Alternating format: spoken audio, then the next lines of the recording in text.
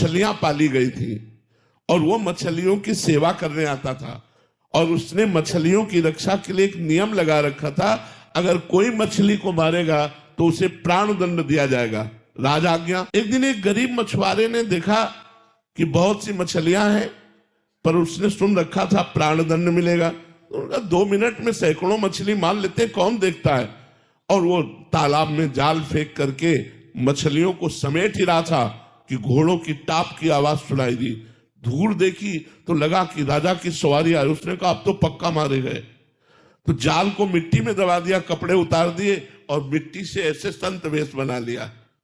संत वेश बनाकर आंख मूंद कर बैठ गया। उसने सोचा प्राण बचाने का एक उपाय यही है। राजा वहां से निकले, देखा कि सरोवर के किनारे कोई संत, और बहुत बड़ा संत, क्योंकि शरीर में कोई कपड़ा नहीं, असरफियां ली, चुपचाप चरणों में जाके चढ़ाई, साष्टांग दंडवत हुए और धीरे से चले गए कि महाराज के ध्यान में विघ्न न पड़े। जब वो चले गए, उसने आंख खोला, देखा असरफियां, जहां मुझे प्राण दंड देना चाहिए वहां मुझे नमस्कार करके चला गया।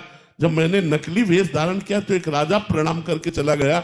यदि मैं असली में भगवान का बन जाऊं तो क्या होगा। आज से मैं सब कुछ छोड़ता हूं और भगवान का भजन करता हूं। तो अगर हम नकली भी भक्ति करेंगे तो एक झटका लगेगा, कोई घटना घटेगी और वो हमको असली भक्त बना देगी। इसलिए मुझे भक्ति करनी चाहिए, भले वो हम ड्रामा भक्ति का करें, एक दिन सही में असली में आप भक्त बन जाएंगे। हमारी भक्ति नाटक नहीं, हम राम राम बोल रहे हैं, ये नाटक नहीं है। अगर हम नाटक में भी राम राम बोल रहे तो भी हमारा राम नाम मंगल करेगा। भाव कुभाव अनख आलसहु नाम